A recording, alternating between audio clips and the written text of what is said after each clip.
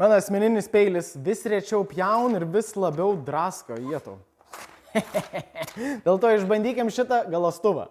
Instrukcijos su šito galastuvu gan įdomios, judinsim ne patį peilį, o galastuvą. Savo peilį dedat ant plokščio paviršiaus, o jo ašmens galui leidžiat išsikišti. Būtinai kišat ranką į vidų, nes šita dalis apsaugo jūsų ranką nuo geležtės. Galastuvą statot 90 laipsnių kampų į peilį ir galandat.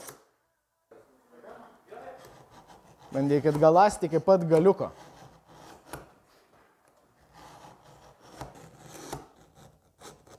Aš matau, kaip skutas metalas. Tik nežinau, ar nuo galastuvo, ar nuo peilio. Labai tikėtina, kad nuo peilio. Kiek čia, kokie 8 pertraukimai įvyko ką tik. Ir po tų kelių pertraukimų vėl pabandykim popierių.